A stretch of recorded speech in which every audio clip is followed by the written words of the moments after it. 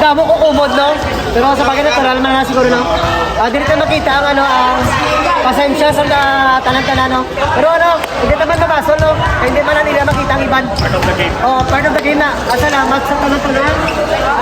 Sa tanan nga nag-organize sa pag-invite sa amon diri sa Trapichi. No? Sa malayo sa amon sa city.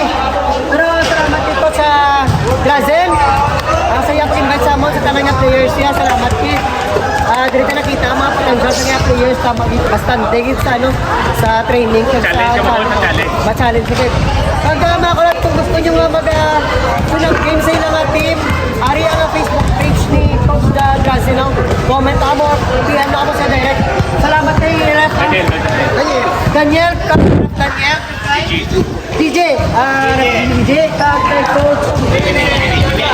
Mining. Coach Mining kay Coach Drazen. Tatabay ako. Tayo kasi nito na. So yan.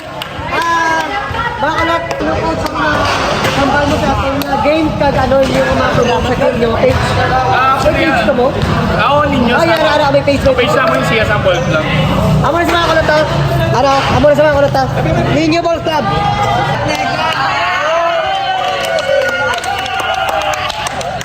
Ayan mga kalat. Ninyo's Ball Club. Facebook page.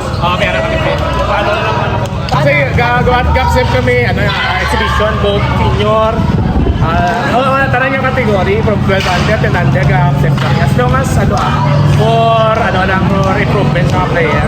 And at the same time, personally as a coach, for improvement na lang ako. So thank you kay Kulot, Coach Kulot, at sa mga players.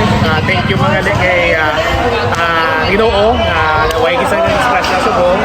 Even though may mga gamay na diskusyon, pero that's part of the game. And nagibabaw gyapon ng sportsmanship ng teams. Salamat ko kay Cap Coach Mediodia sa full access ang court namon. And at the same time, ang presidente sa Ball Club, Alvite Plaza, which is Y Capot 3, and all members of Ball Club. So yun mga kulot. Salamat Coach Drazen. Salamat sa pamahaw nila, sa pamahaw naging prepare nila, no? So yun mga kulot, kanila sa Trapichi, Putol, Revives.